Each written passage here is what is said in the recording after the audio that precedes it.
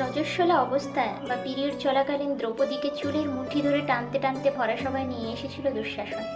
সবার সামনে শরীর থেকে পোশাক খুলে নেওয়া শুরু করেছিল। অন্ধ রাজা ধৃতরাষ্ট্র তার সুবিচারকেও অন্ধ বানিয়ে নিশ্চুপ হয়ে বসেছিলেন। রাজার তোষামতকারী মহারথীরা প্রতিবাদ না করে সেদিন তামাশা দেখছিলেন। মহাভারতের এই কাহিনী কম বেশি সকলেই জানেন।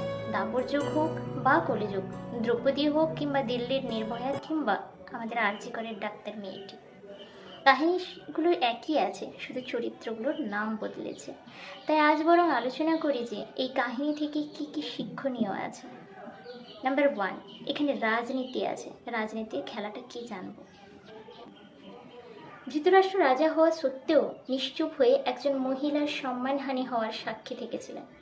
ভীষ্ম দ্রোণর মতো মহারথীরা যেখানে অন্যায়ের বিষয়ে গর্জে উঠতেন, সেখানে এই বিষয়ে রাজার বিরুদ্ধে যেতে পারতেন।